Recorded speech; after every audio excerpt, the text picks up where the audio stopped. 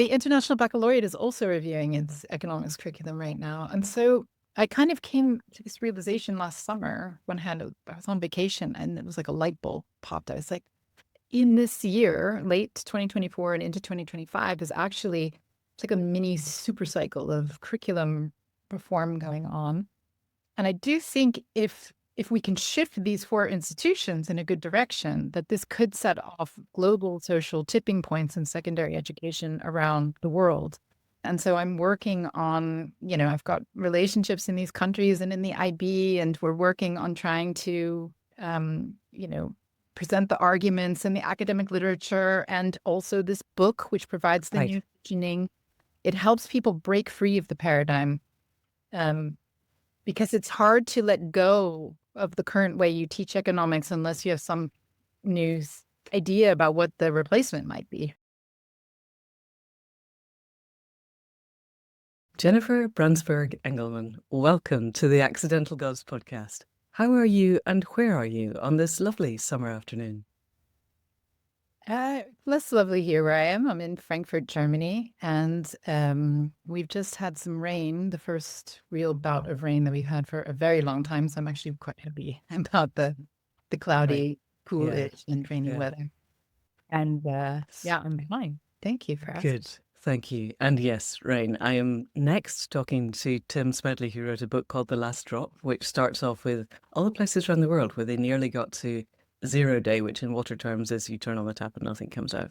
Yeah. So yes, we are also very glad that it's raining. It's interesting times in terms of water and the entire structure. This is going to lead in really well because everything that's wrong with our water systems is wrong with our water systems because the economic system does not support having a proper water infrastructure, stupidly, because people still see water as a way to make profit. So, let me get this right. You are project leader and lead author on regenerative economics for schools, which is such a necessary and wonderful and amazing thing. And I follow you on LinkedIn and totally in awe, first of all, of the fact that this didn't exist already, and second, that you have stepped up and stepped in and are making it happen. So tell us a little bit about how you came to be that and what you're doing with it. Yeah. So first of all, I've been a teacher now for almost 30 years. I almost said more than 30 years, but 30 years. And I spent most of that time teaching economics, mainstream economics, and most of that time was in the International Baccalaureate program.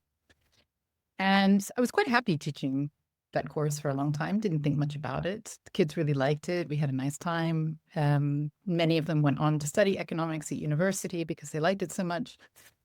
But shortly after the financial crisis, I had a year out. My husband and children and I made a move to New York, and then we came back within the same year, which is also an interesting story in itself.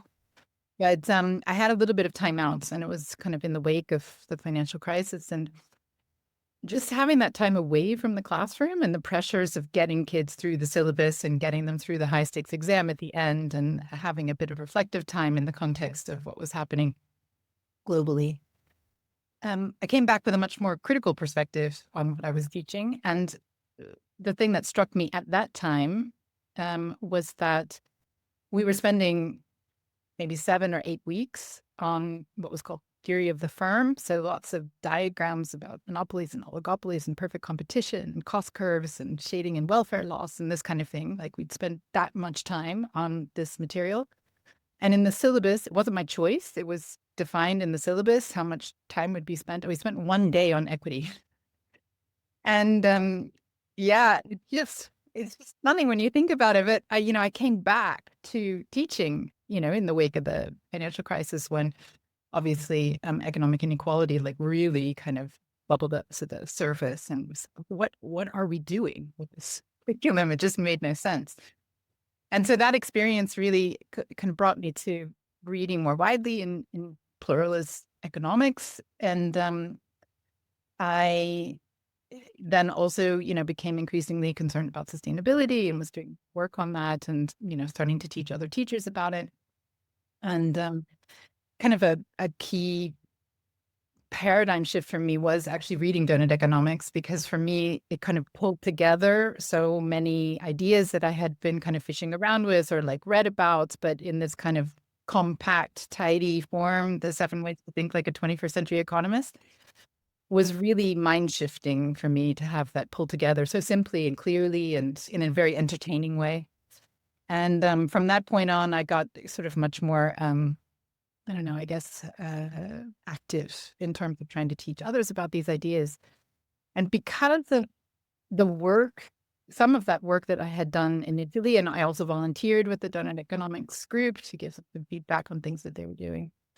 I got asked in 2022, I got asked by 2 student organizations in the UK, SOS UK and Teach the Future, to work on a project that they had developed. And this project called Track Changes. Sometimes you see it also called the Curriculum for a Changing Climate. And they had this really great idea that they wanted to bring academics and teachers together to rewrite the entire English national curriculum to include sustainability. So all the curriculum documents for every grade level and every subject to include sustainability. And the idea behind it, kind of goes back to this, I think it's Milton Friedman, right, who's talking about how like you have these moments of change, and oftentimes the new thing that comes to the fore is the thing that just happens to be lying around, right? So the idea was to create the thing that would be lying around so that when an opening came to reform the English national curriculum, that these documents would be there, and pull them out and say, here you go, right?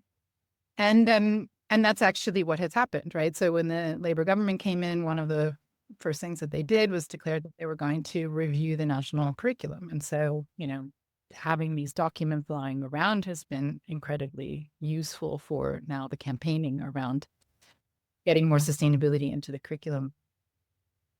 But I was asked to work on economics, and unlike other subjects, like, if you're going to change your English curriculum, then maybe you can make some small tweaks to it to have it include sustainability, but you can't just sprinkle in a little bit of sustainability into your mainstream course and have it be okay, right? Yeah, because standard economics is absolutely antithetical to anything that we might call how we define sustainable. Exactly. Yeah. So, that was a much bigger job than, other subjects might have encountered. And I knew that I needed help. And so I asked Kate Rayworth whether she would help, and she agreed. So she brought in a few more academics, and I brought in a few more teachers. And then together we initially rewrote the GCSE economics syllabus, and later also worked on the A-level syllabus, and then called it Regenerative Economics because that was the spirit in which the new formulation was presented, or that it was constructed. And it needs a separate name. Like, my preference actually would be just to call it economics. But if you call it economics, then people don't understand that it's, a different animal, right? So, so we created the syllabus first, and that was published in May 2023. And in the same month, I quit my job as a teacher. I had known I was going to do this for a long time, but I quit my job as a teacher and then started working on trying to bring this syllabus to life, with the idea just be something that England focused, but that to try to turn it into a global movement to reform the way economics is taught in secondary schools everywhere in the world. But that was kind of the start of the project. I came to it, yeah. Gosh, there's so much in there. So I'm quite curious about your trip to New York and back, but that might not be for yet. Let's some other time. Talk to us about, you came back. So global financial crash was 0809. Donut Economics was published in 2017. So there's a nearly 10-year gap in between. Yeah. And you're reading pluralist economics in the context of, there's always someone for whom this is the first podcast of ours that they've listened to. Let's define a little bit the Chicago School neoliberal economics, and let's explore what you see as pluralist economics and the distinction between them. Does that work as a question? Yeah, we can give that a try. So, I mean, maybe I think it might help to kind of frame this neoliberal or neoclassical approach and neoliberal ideology that's embedded into our courses by talking a little bit about what economics looks like in secondary, Yes. because Yes. it is based on this neoclassical approach and neoliberal ideology. So when I talk to teachers about their courses, and most teachers haven't had the kind of space and time to step outside their practice and really look at Yes. it critically, right? I mean, they're enmeshed in the day-to-day burden, really, of getting kids through the syllabus, preparing them to take exams or do whatever work they have It's to do. also, and I think it's also still the hegemonic narrative of most of our world is that this is what economics is. And I think it's worth saying that's not an accident. Yeah. Quite a lot of people worked very hard to ensure that this was the case. And certainly in the UK, and I'm guessing around the world, most of our commentariat did PPE at Oxbridge, which is politics, philosophy, and economics. Yeah. And they were taught this economics and they believe it to be true. I occasionally get really, really angry with some of the people, let's not go into names particularly, but political and economic correspondents and editors at places like the BBC splurging this stuff and going, no, no, no, that's not the way the economy actually works. But they believe it to be true because it's what they embodied at age 18. And lots of psychological studies show that what you take in your late teens, early 20s becomes the foundation for your world, which is a lot of the problem of what we've got now when we have 70-year-olds running the world who embodied stuff back in the 50s that they believe to be true. So I think it is absolutely worth saying that it was a very deliberate attempt and successful by people who I think understood that this is not actually how the economy works, but wanted it to become a narrative. So let's have a look at that narrative. Go for it. Yeah. Basically, the way to think about this is that these courses that are taught to kids now explicitly as young as 14, sometimes even younger, but most of the time, the earliest kind of exposure to economics as a discipline is from the age of 14 or 16. And what these courses do is they draw a narrow systems boundary around markets, and they treat markets, the provisioning institution of markets, as though markets is the economy, that this one institution, this way of organizing is the economy. And you hear Tell us what a market is. Yeah. A market, this exchange between producers and consumers where the exchange happens based on a price, right? So this market institution is presented as the economy and a systems boundary is drawn around it. And what that means is that all non-market activity is either marginalized or completely ignored in these courses. Yeah. And so what that means in practical terms is the state, also as a provisioning institution, is also in these courses, but it's marginalized. It's outside the systems boundary. And we even have, like, when you look at the language that we use to talk about the state in these courses, that the state intervenes in the economy. It's not part of the economy. It intervenes in the economy. And this is generally seen as a bad thing. Yeah, and this is generally seen as a bad thing. The state imposes regulations, right? Their taxes are a burden, right? So there's all this really loaded language that really just is like a flashing warning signal, like the state is not part of the economy. It's out here. It's an alien entity. We want to push it away, right? It has a very marginal, it should be creating the rules that allow markets to be as liberated. It's all about freedom of the market will solve everything.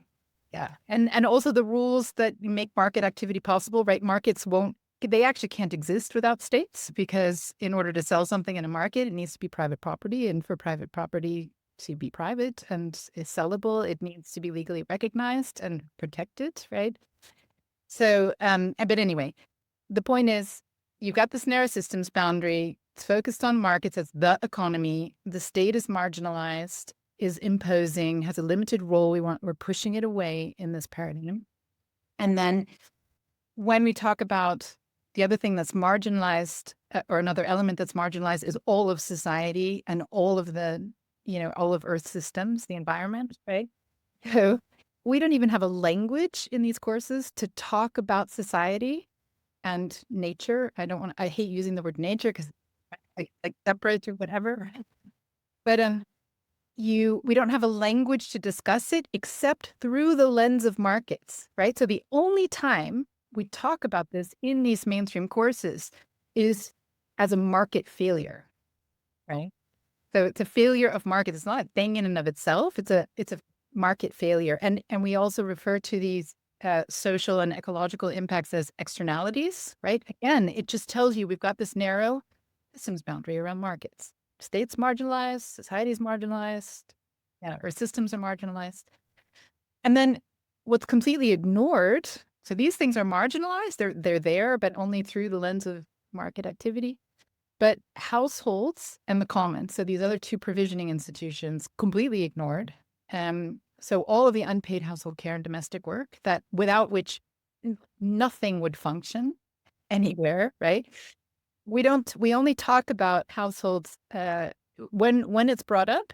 We talk about them in their role as consumers of goods from markets, or in the circular flow of income diagram, right, as providers of the resources like labor and capital and land. But that, we don't explore that at all. But I found it's really interesting. I was looking at the Luxembourg curriculum for economics, and it actually says in the curriculum that the main role of households is to consume things from markets. It actually says that. And even that, it's so shocking. Like, Wow. But it does explain why we are where we are. yeah, it does. Because if that's the way you paint households, and then you ignore all the unpaid care and domestic work that actually makes everything else happen and is so important for human well-being, then it also explains, like, you have the problem in England, in the UK, you've got the austerity measures, right? It's just not even recognized that how horrible austerity is for the having functioning households, and how important it is to have functioning households for human well-being and for the functioning of, like, whatever it is you want to call the economy, even if you want to define it as market activity. You don't want to undermine your households, because you don't want to undermine human well-being. You don't want to undermine people's lives by defining them only. I think one of the things that I hadn't understood until I did the master's at Schumacher was the extent to which they define people as rational economic man, and it's generally man, and it's homo economicus, and it's that your role is to make rational decisions, which are, I will buy whatever I want at the cheapest possible price, and I will offer my labor, which will by definition be priced at the cheapest possible that the business that is employing me can do, because that's rational. And that's how you get Jeff Bezos saying that his employees should be terrified from the moment they wake up, because they're in danger of losing their jobs or being undercut by someone who's prepared to work cheaper. It's also how you end up with, I discovered the other day, nurses at who are working privately. The companies have access through AI to their credit rating, such that they understand that the nurses who have the highest debt will be desperate enough to work for the lowest amount of money. And so therefore they offer them that there's an inverse ratio. The more debt you have, the less you are likely to be paid, because they know you're willing to do it. And that is the absolute logical outcome of market economics. Yeah. And it destroys people, and it doesn't care. Yep. Yeah, it's about the extracting the most surplus you can from all of the resources that are around you. I'm actually I will talk about this in a minute, because once I sort of talk to you about what's marginalized and completely ignored in these courses, then I also want to take a closer look at what it means to study markets. Right. And so if I could just kind of wrap up. Yes, sorry, I interrupted. Go for it. No, it's totally, I'm happy that you brought that up. The households. So, the households are ignored, or they might be mentioned really briefly, but only in the context of markets. Again, we only look at that through this lens of markets. And then the commons as a provisioning institution, right, where you have a resource, a community, and a set of rules, right? It's not, we use the term commons very often in society to mean just a resource, but actually the set of relationships. And so these are ignored, or if they're not ignored, we always attach the word tragedy. Yes. Talk a little bit about the tragedy of the commons, because that's, this idea that human beings are unable to manage shared resources without over exploiting them, right? And it Yes. goes back to conceptions of human nature, and that what rational behavior is to take as much as you possibly can for yourself to maximize personal utility, right? So it goes back to narratives about human nature as well, like what you're talking Yes. about. Yes. But Yes. anyway, the commons, if it's addressed at all, it's only through this narrative of the tragedy of the commons. But actually, along with households, the commons and commoning work that goes on there is extremely important for human well-being. It's happening everywhere around the world, in every community. Commoning is happening, but it particularly the dominant way of organizing among many indigenous communities. And we don't talk about it. We don't recognize it. Kids don't know how to do it. They don't know how to engage in commoning. And my kind of position on this is that if you want a healthy, resilient economy, just like a healthy, resilient ecosystem, you need to have diversity of ways of organizing, different, strong, huge number of networks, right? And relationships. And so having healthy households and healthy amounts of commoning going on, having people know how to manage householding skills and commoning skills are so incredibly important, along with markets and state. And that's, one of the key shifts that we've done is to make sure we include all of those provisioning institutions. But anyway, the neoliberal and neoclassical approach and the neoliberal ideology then, puts this systems boundary around markets and, marginalizes it more. And then when you look at what's actually taught about markets, you realize that, from day one, kids are being taught extremely degenerative understandings of human beings and human relationships, and our relationships with the rest of nature. On day one, most kids learn about the concept of scarcity, right? As a name, right? So, scarcity kind of has two key pieces to it, right? It has to do with limited resources, and I think we can all agree that some resources are stock limited, others are flow limited, right? But the fact that there are limits is clear. But the other piece of that, just having limits doesn't make things scarce, right? The other piece of that is this assumption that human needs and wants are unlimited. And kids are told this as a fact. No one questions it. Everybody's like nodding their heads. Yes, it's true. Human needs and wants are unlimited. And of course, this is not true. Human needs are not unlimited, and human wants are socially shaped, right? Right. Especially if you define humans as being there in order to consume, you have to, by corollary, have infinite consumption, or everything falls apart. Yeah. Yeah. And it's just, it's crazy to me that we start our courses with that. And then, of course, that leads to all kinds of other assumptions. If everything is scarce, then it makes sense for me to try to grab as much as I can. It becomes a zero-sum game. I win and behavior. therefore somebody else loses. And that's how things should be. And God ordained, in a way. If you get to the American kind of current system, that's the way that it's made, and it's right. Yeah. Yeah, and the sort of competitiveness built into the idea, and defining rationality. You mentioned this earlier, right? This homo economicus is this idea of rational behavior as being behavior that says you should maximize your own personal utility, or that firms should maximize their profits, and that's rational. Yeah. Like, how twisted is it to define that as being rational? It's completely ignoring the complexity of human behavior. Yeah, of course, people are selfish sometimes, right? But we wouldn't have actually developed the societies, the complex. No, we wouldn't have survived 300,000 years if we were not actually really, really good at sharing. And I think you said kids don't understand how to common. As I understand it, when you take 2 and 3-year-olds, sharing is a natural thing. The not sharing is something that we then have domesticated kids into, because we need them to behave like this. We need ourselves to behave like this to prop up what is basically a really toxic, trauma-based system that in the UK definitely goes back.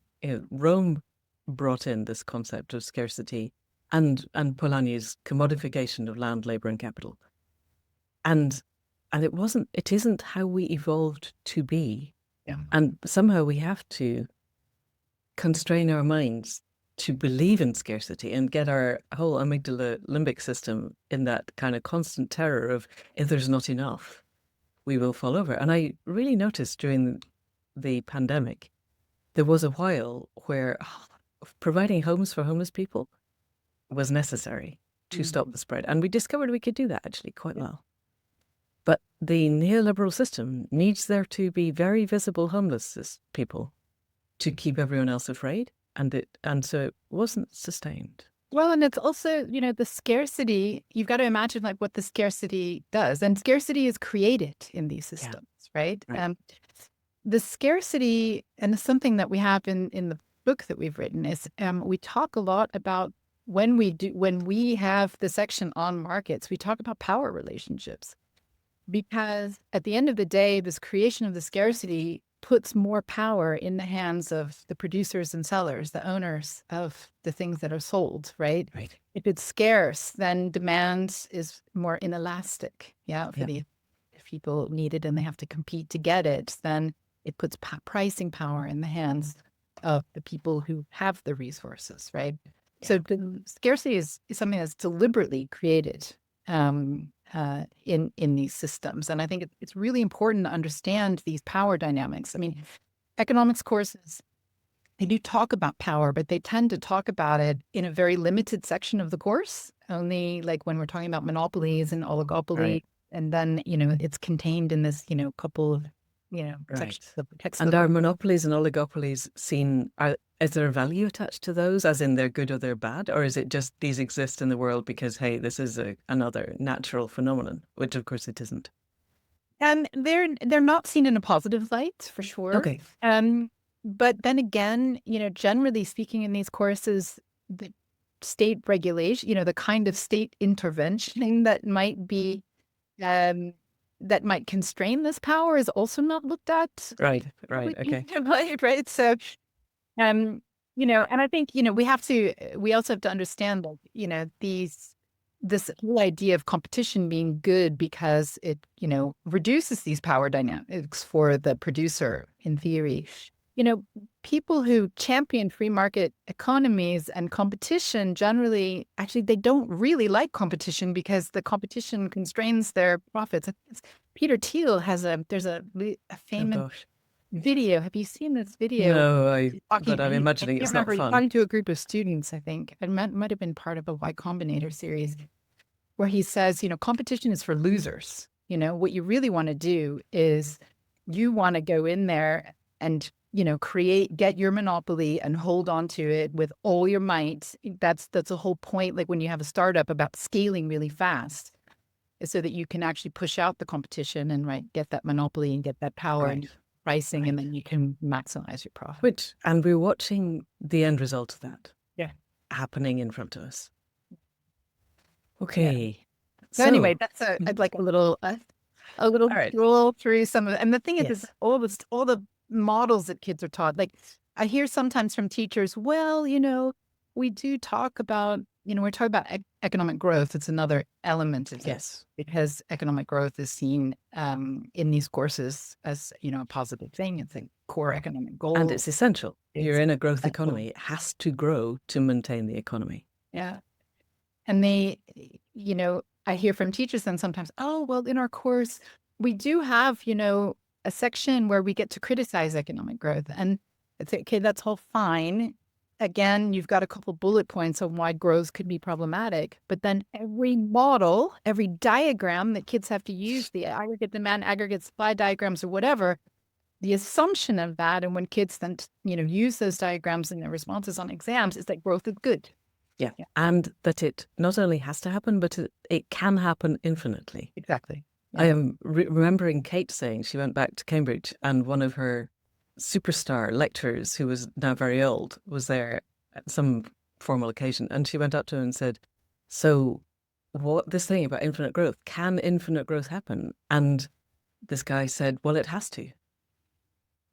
And that's actually not an answer. That then becomes a limbic belief system, because clearly infinite growth is not a thing. Unless, the only time, as Kate has often said, is where infinite growth happens is with a cancer. And in the end, it kills its host, which is what we are doing very effectively.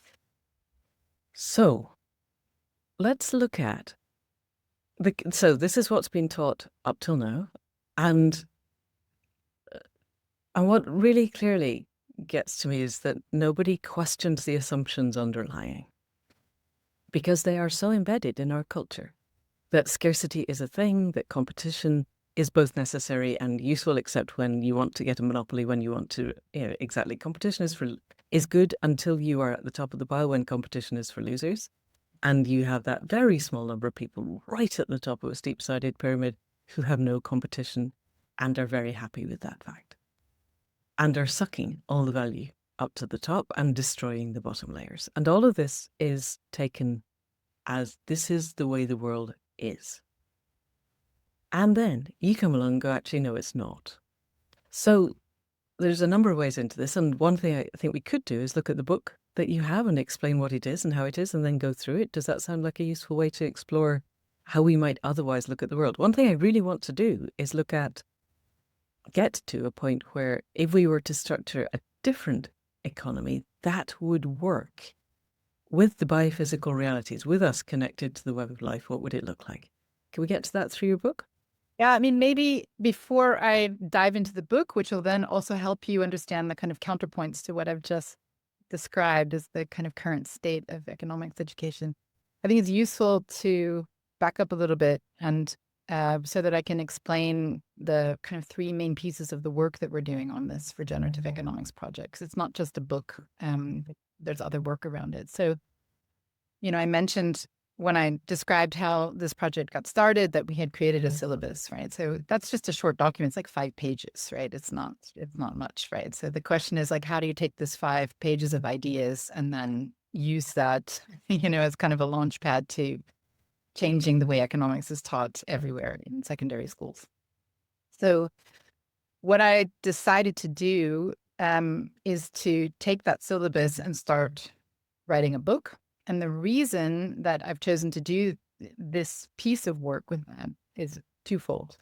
Number one is, so first of all, I have experience writing textbooks. I was a senior examiner for a long time in the International Baccalaureate for economics. I've written several textbooks already, so it's something I know how to do. And the idea behind it, there's kind of like 2 big reasons why having a book is so important.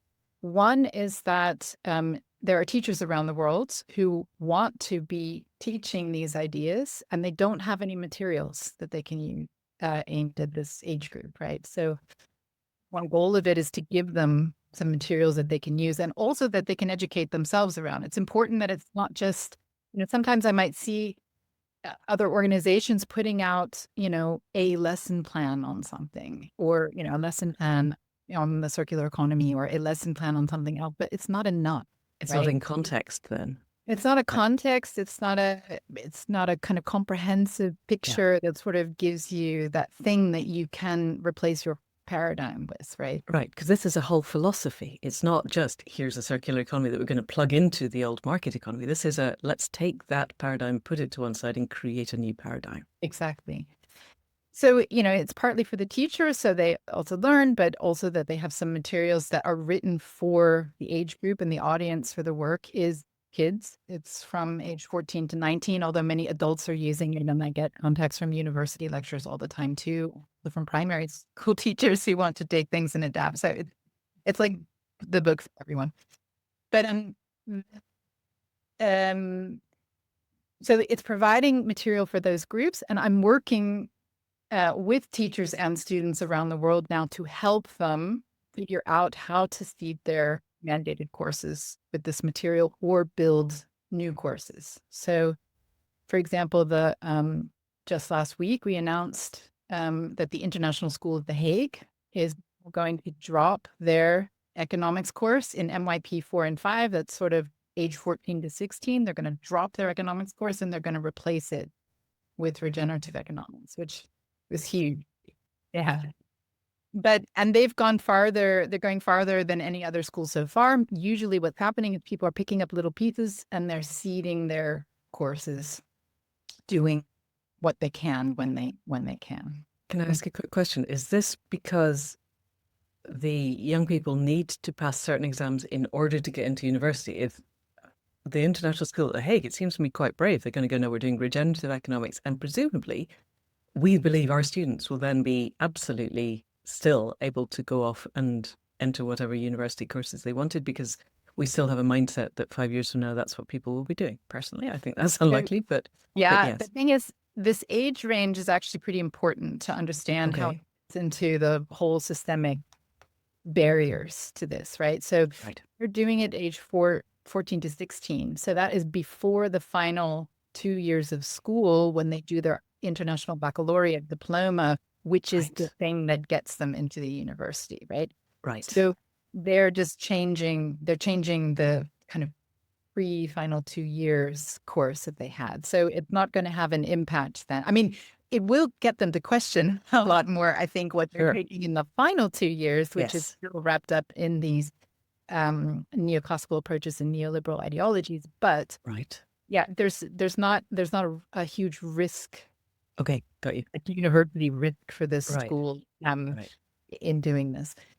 We're also trying to shift the international baccalaureate final 2 years, which I'll talk to you about in just a And then the universities, because I think it is also worth saying that the Chicago school, the neoliberal school, Milton Friedman and co., very deliberately moved into universities and made their ideology the only acceptable ideology, so that you had to believe it to get the courses, to get the degrees, to get where you wanted to go. It was quite clever. And undoing that is going to take an amount of time, because there are people very entrenched who want that to remain the belief system. Yes? Yeah, absolutely. In fact, I can highly recommend a causal loop diagram that was done by Katie Shields. I don't know if you know Katie. She's the worked on this Tipping Points podcast about the Limits to Growth report. I don't know if you know this, like a 3-part podcast that came out a couple weeks ago. She's doing a lot of work around also regenerative economics in Vienna, but she's done a series of articles in Medium where in the final, I think, 4th article that she wrote, she has an absolutely amazing causal loop diagram showing all the reinforcing feedback loops that are holding this paradigm in place.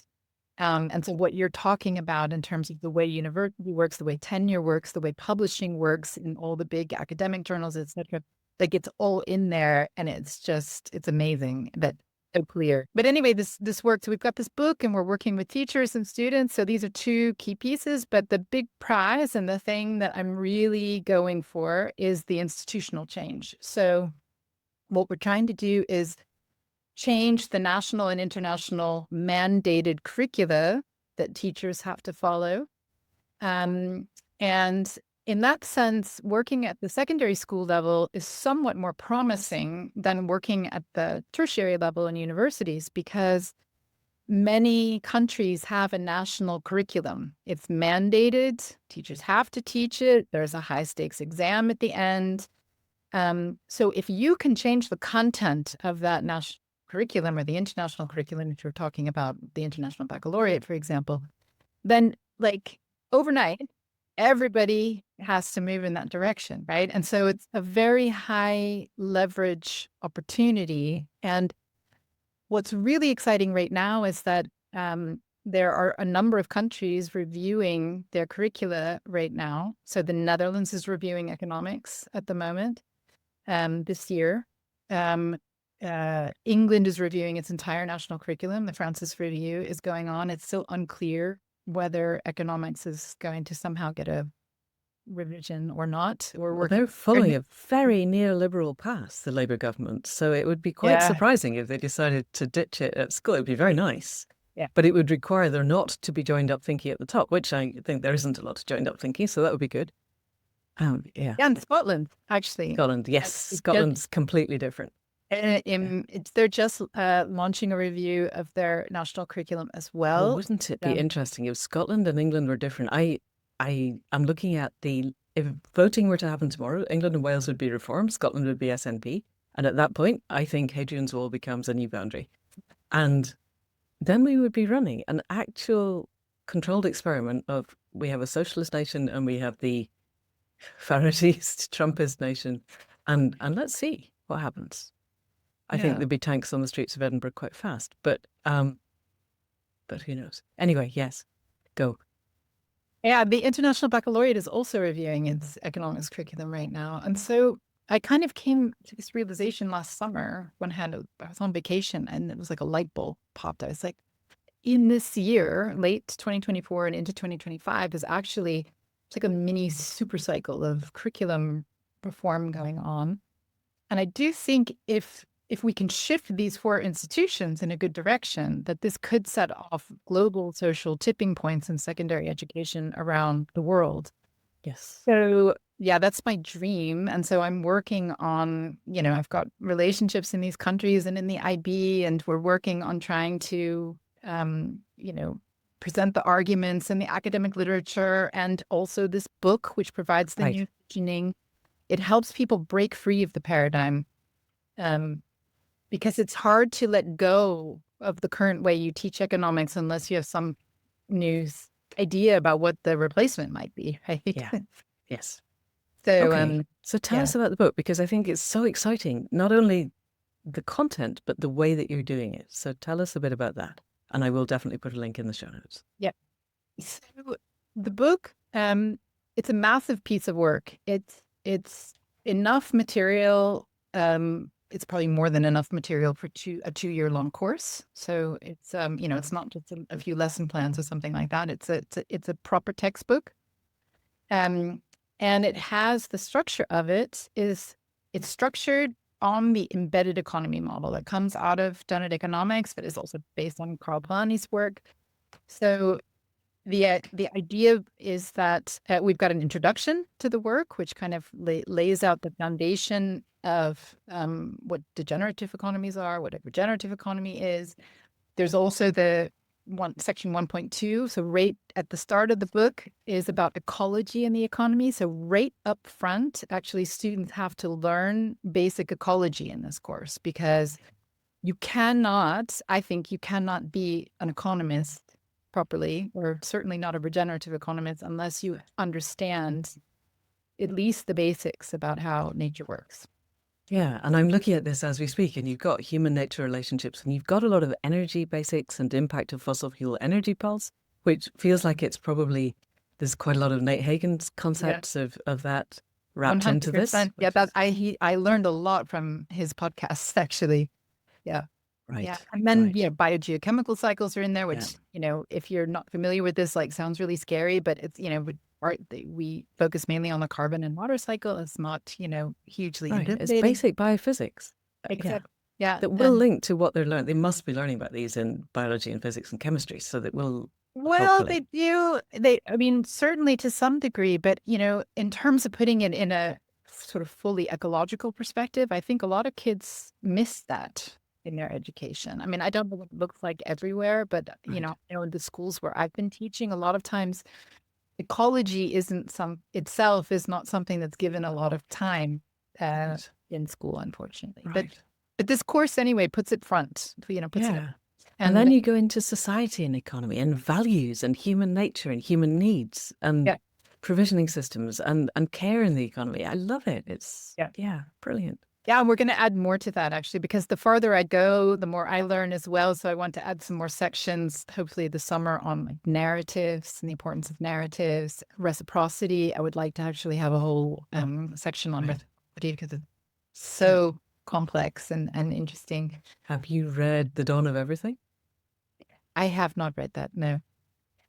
That will I will open write up it all the down. doors. It's very big, but very worth it. And so I think it's worth saying this is online. It's Creative Commons, and it's open for people to add to it and alter it. Well, people can't alter it themselves. Okay. Yeah. Right. So Right. it's in a website and I'm posting things in the website, but people can feed back, for example. So I get that periodically. If people find mistakes or they have a recommendation, or sometimes they just say like, "Wow, I love it," which is also really nice. Yes. But so there's a feedback button. So when I am kind of incorporating feedback in this process. But when I say that people can use it and adapt it, it's also the case that you can take material. I don't know if you wanted to create slides with it, or you wanted to, you can adapt it, take what's there and adapt it yourself for your classroom, however you want. Yeah. But So, and you're doing this outside of market economy because it's there in Creative Commons. You are living what you're talking about. I think that's really important. yeah, and it's also it's not only outside the market economy, but it's also outside the state. It's actually this really interesting place because also when you have state curriculum is a huge the way it's developed is hugely problematic because what happens usually is that a state will come up with a syllabus or then like an exam board will develop specifications and then books get written, but oftentimes as the books get written, you realize that the things that are in the syllabus or the specifications don't quite make sense, but then you Right. can change it because you're stuck It's with locked. whatever has Right. been, right? And so a whole generation of young people is locked into something that is basically a confabulation of somebody's late night hysteria, as far as I Yeah, can and tell. you wouldn't believe actually how chaotic these curriculum development processes are. On paper, they look like there's like a process and it's all very neat and there's like consultation or whatever. But people are messy. People are so messy and there's power relationships and, influencing. And a lot of times it just happens to be like who's in the room, Right. like whether people who are of a mind to reform things actually have the time to be there and Or are allowed to be there. or are allowed to be there, right? Yeah. So yeah, it's a kind of messy process.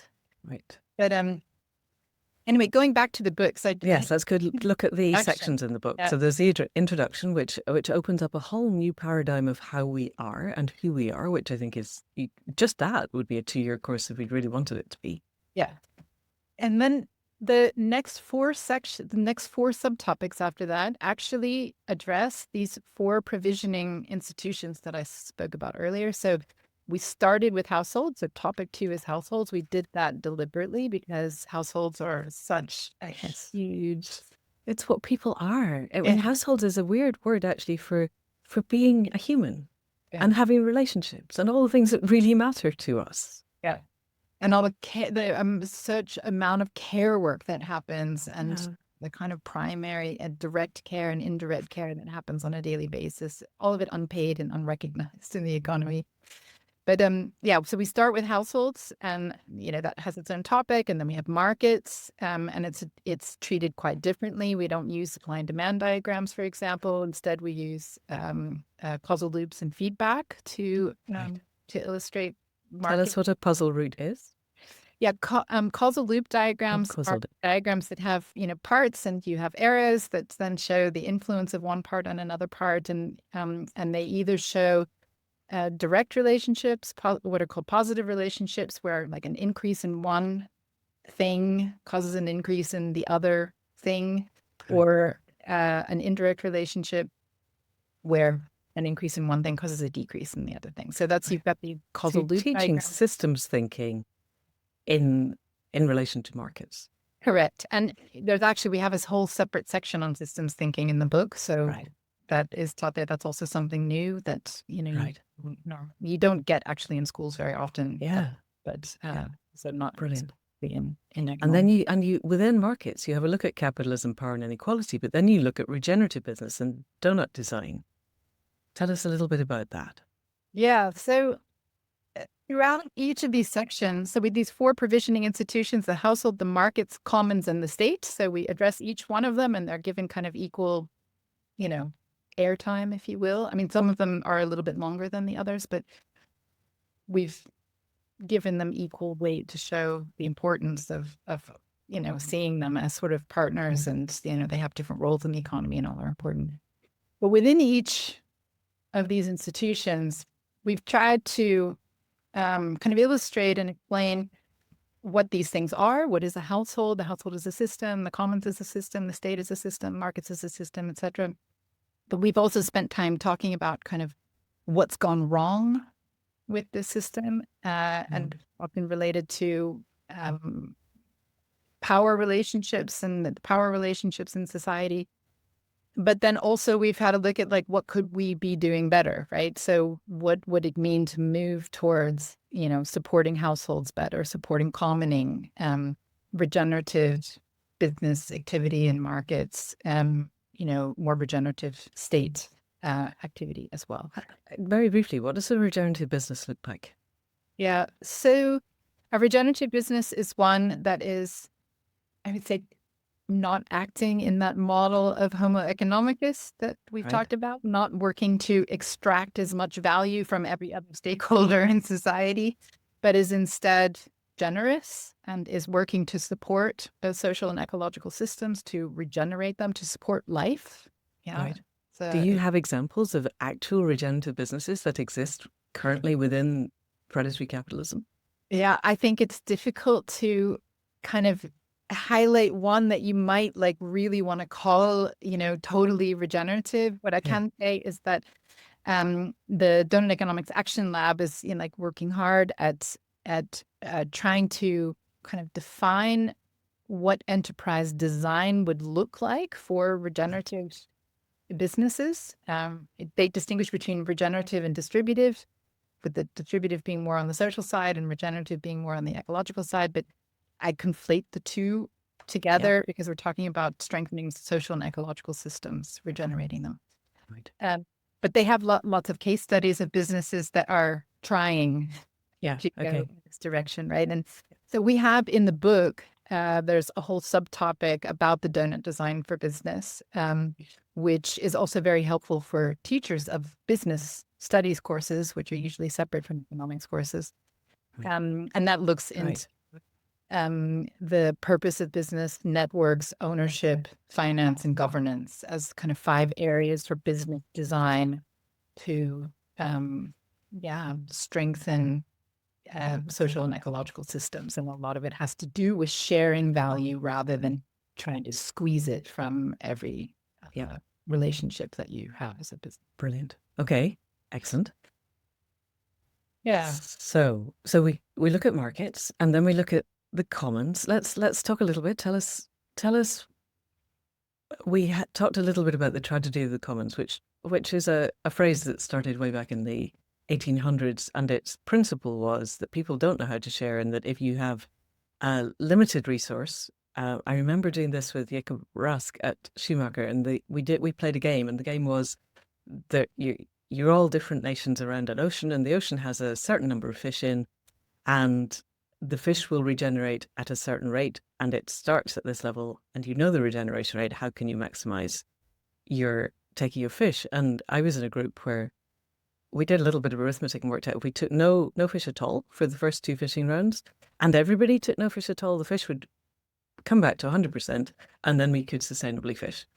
And apparently we did more rounds than Jacob has ever done at any point, because our group went, no fish. And there was a point where I thought, no, everyone else is fishing. And I went, no fish for a 3rd time. And so we got through to, I think, 5 cycles, but everybody else is just taking maximum number of fish. And that is the tragedy of the commons. It's if you treat the external world and the web of life and your fellow humans as competition, you will destroy your common resource, which is what's happening to our oceans and our air and our soil as we speak. Whereas if you look at it as we care about everybody, including the web of life, then you don't treat it like that. And we have to say that Elinor Ostrom was the first woman to get the Nobel equivalent of the Economics Prize for her work on commoning being, no, this is a social structure. And actually, when people are allowed to manage a commons in a way that is not predatory and doesn't have capitalism imposed on it, then we manage very well indeed. And there are a certain number of rules and they work very well and everybody knows what the rules are. And there are sanctions if you break the rules, but you're not excluded necessarily. If you break the rules, you are explained that you've broken them and you're given a chance to come back and re-common. Tell us how you teach commoning. Yeah, absolutely. I mean, this dynamic that you mentioned about the tragedy of the commons, we're not claiming that this dynamic doesn't exist. Yeah, it does. But it's a mischaracterization to call it the tragedy of the commons.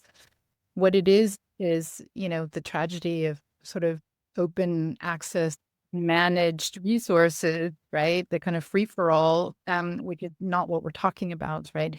Commoning has been the dominant way of organizing human activity to meet human needs for most of human history, right? Market-based activity, market younger than that. Capitalism is much younger still. the commons section, I think, is extremely important because it raises awareness of this way of organizing that people aren't even aware of. I mean, it is happening in communities around the world, but we don't see it as economic activity in the same way that we don't see householding as economic activity, right? It's sort of invisible and therefore not supported, right? And deliberately so, right? Because, what we see with capitalism is that these are uh, with capitalism is extremely important to privatize as much property as possible. Enclosure is critical because that's how you can then capture assets that then you can make profit on. You can then increase your power vis-a-vis others and extract as much value as possible from everything onto you. Yes. Take all the people off the land, send them to Canada, and then you can put sheep in fields that you own. Yes. Yeah. The way, I had mentioned earlier, but, the use of the word commons generally when it comes up in mainstream media, if and when it ever comes up, is most often used to refer to just a resource. Yeah, we talk about the global commons, we talk about the atmosphere as a commons or the oceans as a commons. But the way we teach it in this course is that it's a set of relationships, not just a resource. So a resource, a set of, the people who are in relationship with one another and the resource itself, and then the rules that they co-create together to manage the resource. And when all three of those are working together, then human beings are perfectly able to collaborate, to manage shared resources and do so in a way that's equitable. So we teach this as a relationship, not just as a resource. And that the work that for this section was actually done in collaboration with David Bollier, who I think you know. Yes. And Yes. Sadly, no longer with us. Yes. Yeah. Oh no, David Bollier is with us. Sorry, I'm thinking David Graeber. No, David Bollier. Yes. David Bollier. Yes. Yeah. Brilliant. So he was for each of the sections, we work with an academic expert because, I need help. Yeah. As well. That's right. Anyway, so he was the expert for the common section. Fantastic. And he's just a lovely man. He's amazing. And his podcast, Frontiers of Commoning, is one of my absolute must-listen podcasts. Yeah, just great. He's and so generous, and his work is also all in the commons, right? Because he gets it. Yeah. It makes it really easy. It made it really easy actually to create this section because so much of his work was available, open and freely. And he was also very generous. As a commons. Yeah, exactly. Information commons. Yay. Yeah. So we have some basics on the commons. There's a subtopic on spheres of commoning. So, looking at different areas where common is happening. We've got a section on threats to the commons, and then a final subtopic on ways to support commoning. No, ways to support commoning. Yeah. So, yeah. Okay.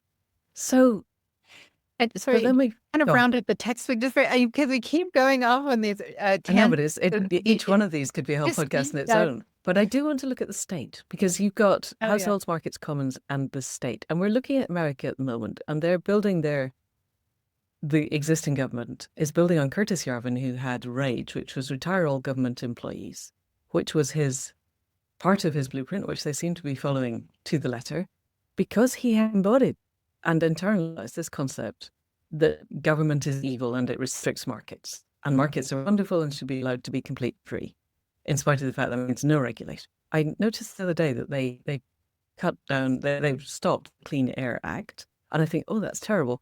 But the provisions of the Clean Air Act allowed no more than 7 toxic substances to be released into the air by any given company. It's like, actually, that's not clean air. I'm sorry. And now you've taken it away and they can release as many as they want. But and that's not good. But 7 is not good either. Who ever thought that was clean air? But anyway, that's gone. And they have DOGE instead, which is Department of Government Efficiency. But it's the same thing. It's basically their aim is to make sure that there is no governance anymore because governance restricts markets. So in your section on the state, how do you define the state and what would its role be in a regenerative economy? Yeah, this was the hardest section to write because the state Yeah, we had, so in other sections we would start off with the household as a system and the functions of households. And then often we would look at the relationships between households and commons and households and the state and households and markets, right? So there's like Right. so much in this book about relationships Right. between these institutions, which is critical for systems thinking. In the state, it took me kind of a long time to get my head around how to structure the material because the the state, the functions of the state are the relationships also with the other provisioning institutions. They Right. blur together in a way that's not necessarily the case with the other ones. So it was really Right. tricky actually to figure out how to put that together. Also, the state is a different thing Yeah. in different places. It's different in Russia and China and the US and Europe and South America and Africa. States, in much as neoliberal capitalism would like to create a notion of a state as a thing, it's a very politically mediated entity. Yeah, absolutely. And that's really tricky to deal with, actually, in the And also changing under your feet all the time. 100%. I mean, all these institutions are changing in the That's relationships. true. But I mean, the state is, it was really interesting to be writing this right now, actually, given what's happening in the United States. And the current events did have an impact on how this turned out, because we just recently published this, actually. In fact, I'm still working on 5.4. I'm hoping to get it online today, actually, later. But the way we approached it, so first of all, we did talk about the state as a system, and we have outlined the functions of the state. But we also spent some time talking about the origins, power, and legitimacy of the state, because this is something actually that's never addressed in economics courses. Like, you might talk about the state and you're pushing it away in this, sort of neoliberal framework, but kids don't actually know what the state is. And so spending some time talking about, ideas about where the state came from and the power of it and this idea of legitimacy, why people obey the state or don't obey the state, right? These things are also in the course. And we also talked about, there's a little section in there about balancing state and non-state power, right? So, recognizing that the state as an institution has a enormous power over people, or can have enormous power over people. And, the different ways in which countervailing power can then work to limit the power of the state, or when the state, teams up with businesses, large businesses or whatever, what kind of countervailing powers might be there. So this is all in there. And this is not typical economics material, right?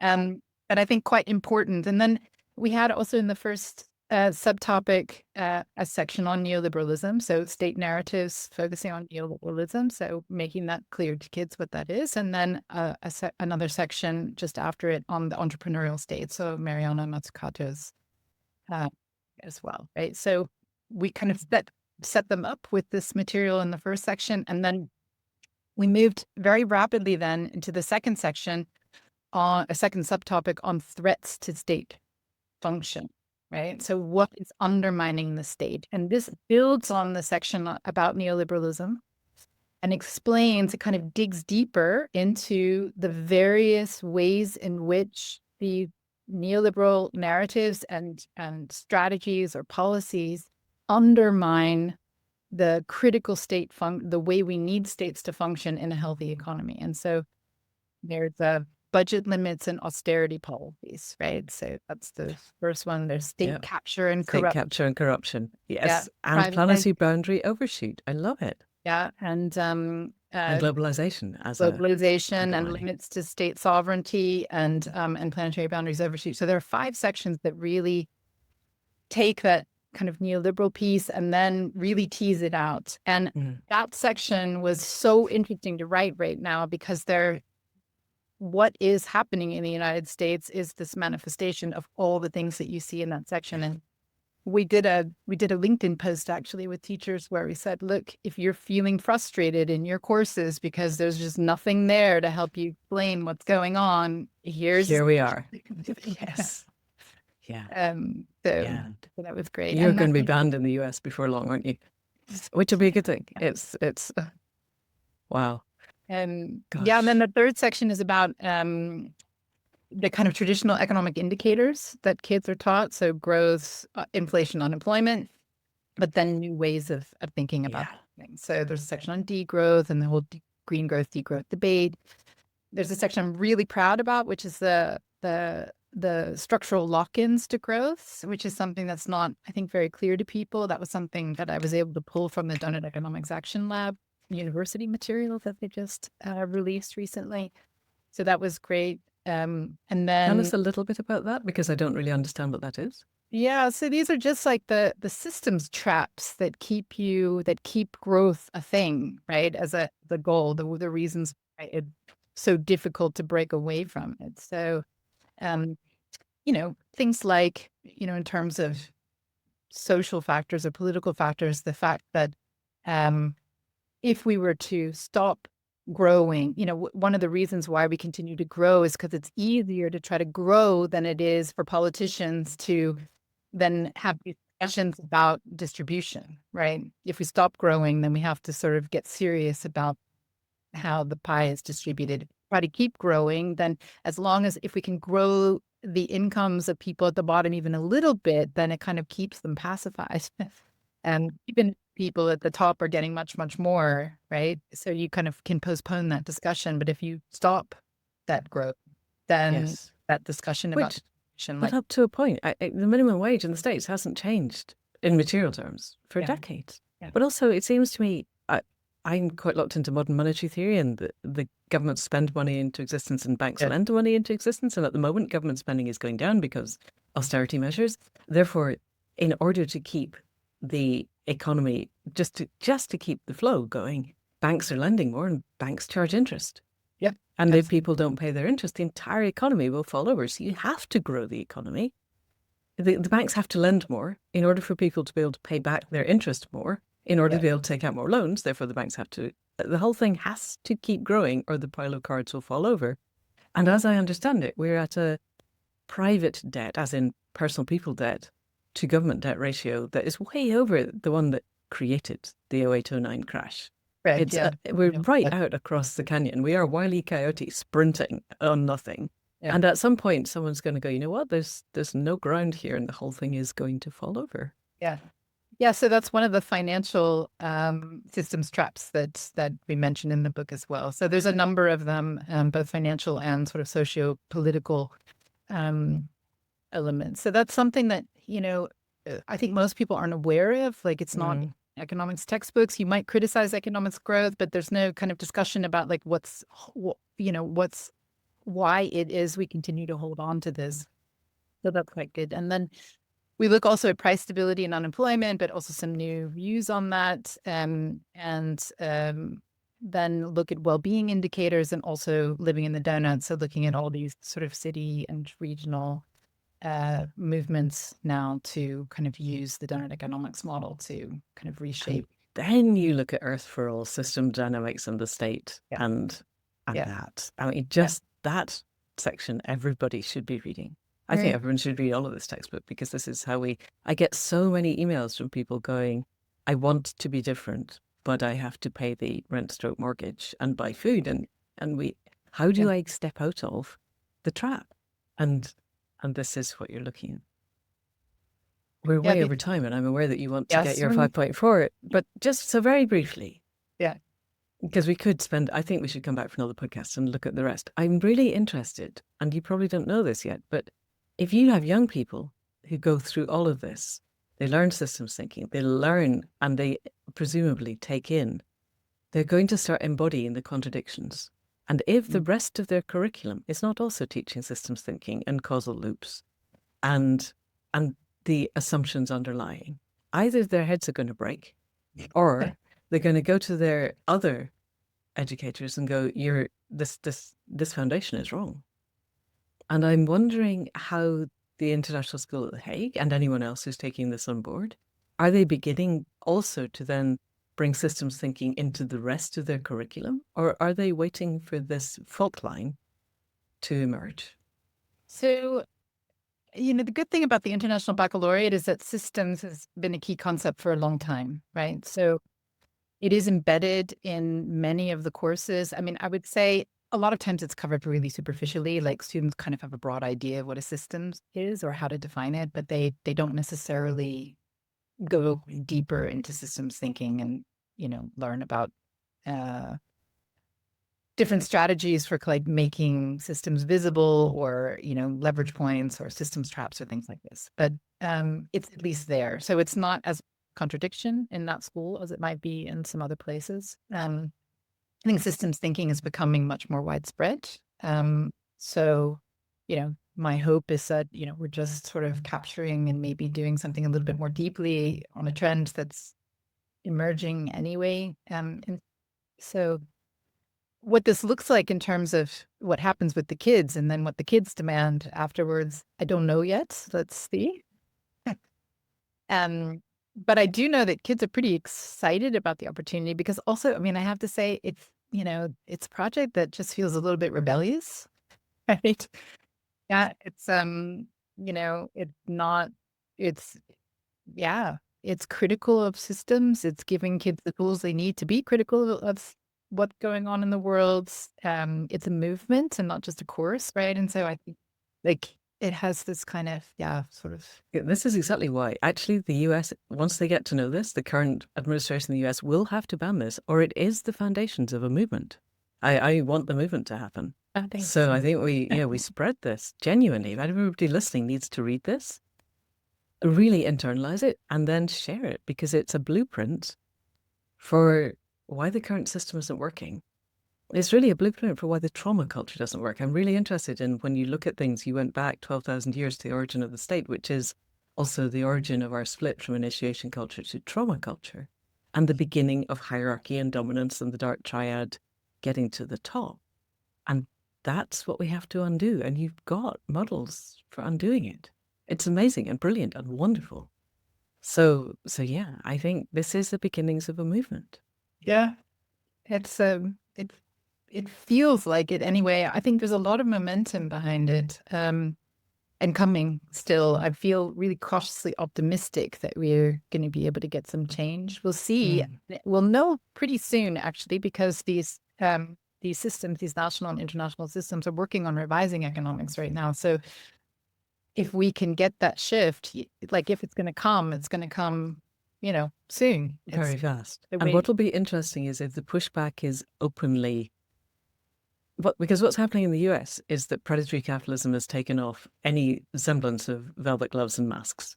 And it's just, yep, we're going to own you all and we're going to destroy anyone who stands in our way. This is fascism and we're open about it now. And are other places in the world, are the neoliberals going to openly say, yes, we see what you're doing and we're not going to let you because we need to own everything? Or are they going to pretend still to be fluffy? In which case, they have to take this on board. So that's going to be a very interesting set of power dynamics, isn't it? Because some of the people who are in the power dynamics genuinely believe that what they're doing is right. And you can't keep believing that once you've read this, I think. Yeah, I think so too. But I also, I think given what's happening in the United States right now, the fact that the gloves and the mask are all off, right, also is like creating a moment, is creating a window also for this work in a way that might not have been possible a couple of years ago, right? Because people realize people are just much more aware of what's going on than they might have been at that time. And so it feels like the timing is. Yeah. It's opening the question. And you are also going, okay, and here are some answers that aren't, it's not total revolution. It's not completely break the system and start from ground zero. As far as I can tell, it's not the phoenix arising from the ashes. It's here's how we build forward to something that actually works using as a baseline what we've already got, I think. Is that a fair, which is less frightening than those of us going, okay, we need total systemic change. Just put everything away and start again. Well, I mean, this does address systemic change, but what I like about the course and the kind of structure that we've created around it, with this introduction and then these 4 provisioning institutions, we also address money and finance that's coming up next. Really fun. We're probably going with this. And then international exchanges. But like somebody, a mainstream economics teacher who looks at that outline thinks, okay, Right. It's still within a frame that they I understand. can do this, right? It's the Yeah. adjacent possible, Yes. yeah, Yeah. for the teachers, even though so much of what's, you know, like once you dig down into it is quite different, but you know, it's still it's not so radical that you can't get your head around it. Yeah. Yeah. Right. I think that's a good place to leave it because I want you to be able to publish 5.4 later Yeah, today, and thank you're you. an hour ahead of me. Thank you. I would really like to continue this conversation because it feels to me that this is the keys to the kingdom in a way, in that it gives people a way to understand the problems of now and routes forward to being different in a way that's logical. If 14 and 15-year-olds can take this on board, then 50 and 60 and 70-year-olds can too. Yeah. And I think a lot of the people who are currently on the hamster wheel are looking for routes off. They just don't know what they are. Yeah. So thank you. Is there anything, I will put as many links as I can to everything that you're doing. Is there any other way that you want people to connect with you? I guess what I really appreciate the most at the moment is lots of bridging. So, people who are able to connect me with others who are interested, or if they're interested themselves. I mean, we're spreading this work around in schools. We're trying to build social proof that's needed, you know, not just the visioning, but also people on the ground at the grassroots level, so that these institutions know that, you know, this is a direction that they need to go with their courses. So yeah, just all connecting and bridging and Yeah. So anyone with young people in school, take yep. this to your schools if you possibly can. Get a groundswell of the whole education system going, we need this. Brilliant. Okay. Thank you for the invitation. Thank you, Jennifer. This has been so inspiring, genuinely. And coming on the back of Indy and Kate talking at Sheffield, it feels like this is opening so many doors. So thank you for all that you're doing and all that you are. We'll talk again sometime. Yeah.